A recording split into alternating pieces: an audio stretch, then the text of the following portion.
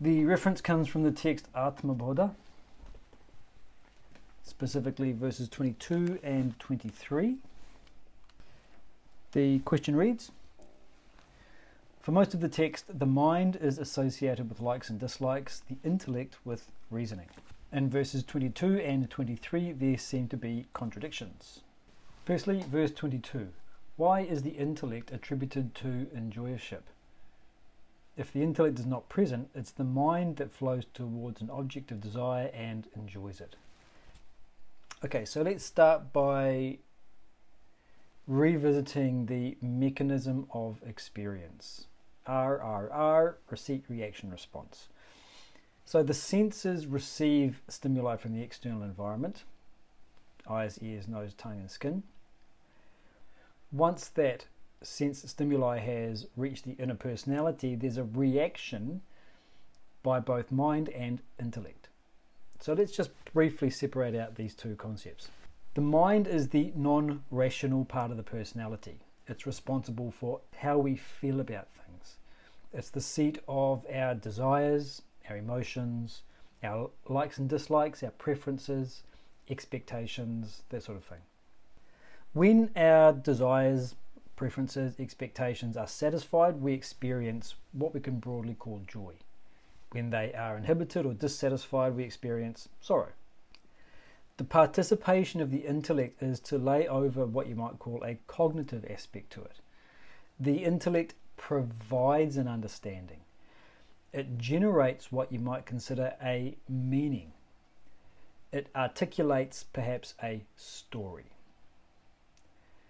So for example, let's say you have a liking or a preference or an expectation of being included in some upcoming social event, and you find that some have been invited but not you. The reaction internally is one of displeasure or sorrow, sadness. So the feelings are just the raw emotional content. It's the intellect which then lays over a meaning or a story. It interprets that feeling as one of sorrow because I haven't been invited. It then adds to that story. It's because I am this way, or it's because I'm not that way enough. It adds that conceptual layer to experience.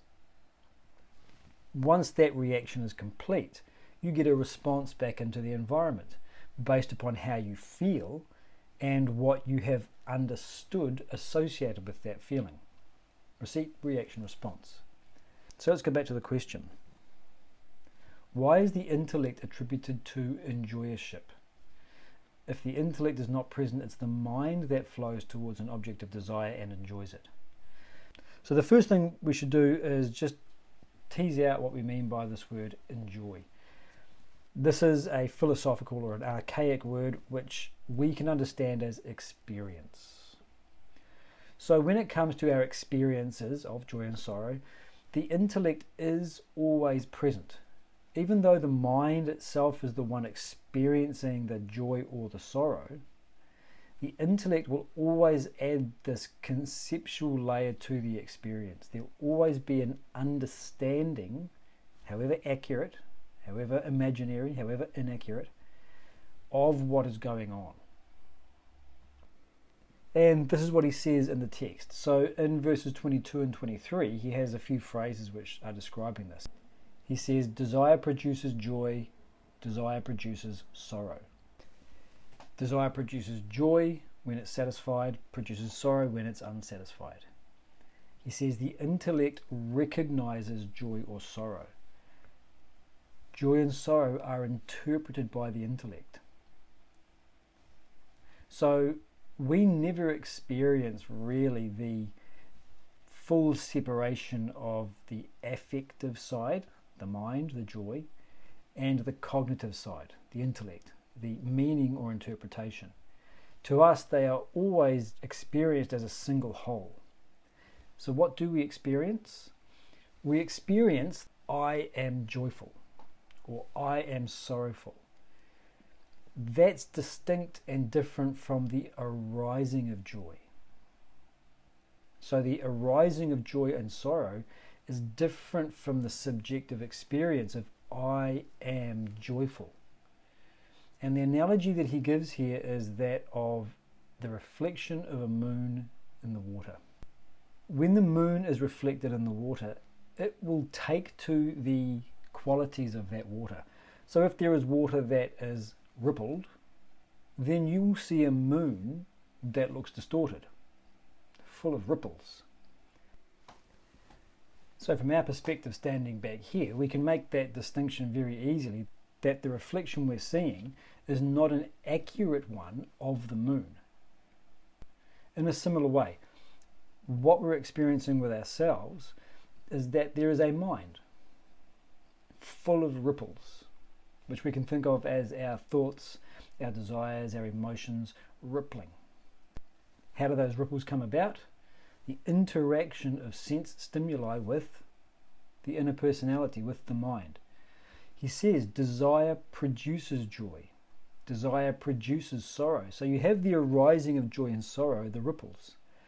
But what happens alongside that arising of joy and sorrow, those ripples, is that reflected in that rippled mind is the self, capital S. And what do we get on the surface of the mind?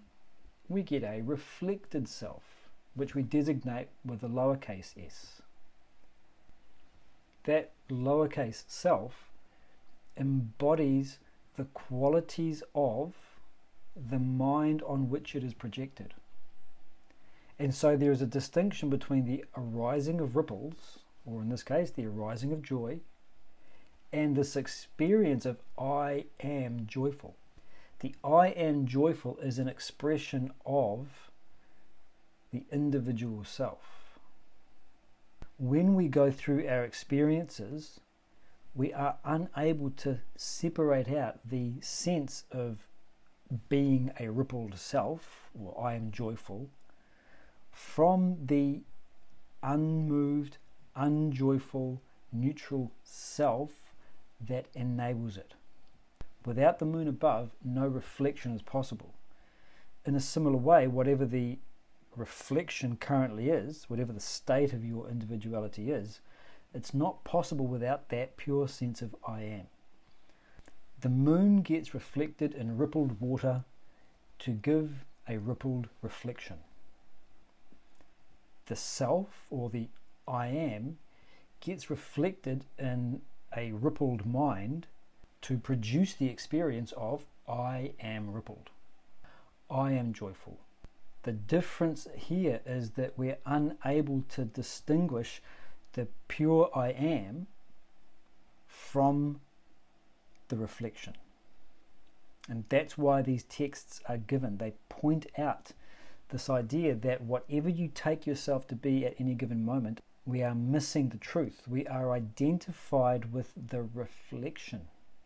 We're identified with the qualities and properties of the mind and believe ourselves to be joyful or sorrowful. So what's the question asking? Why is the intellect attributed to enjoyership? Because it's ultimately the intellect which makes the claim, I am joyful. It's distinct and separate from the raw emotional content of joy. It's the interpretation that we can call the experiencership or enjoyership. Even though it's the mind which is rippling, it's the intellect which is interpreting that as I am joyful, I am sorrowful.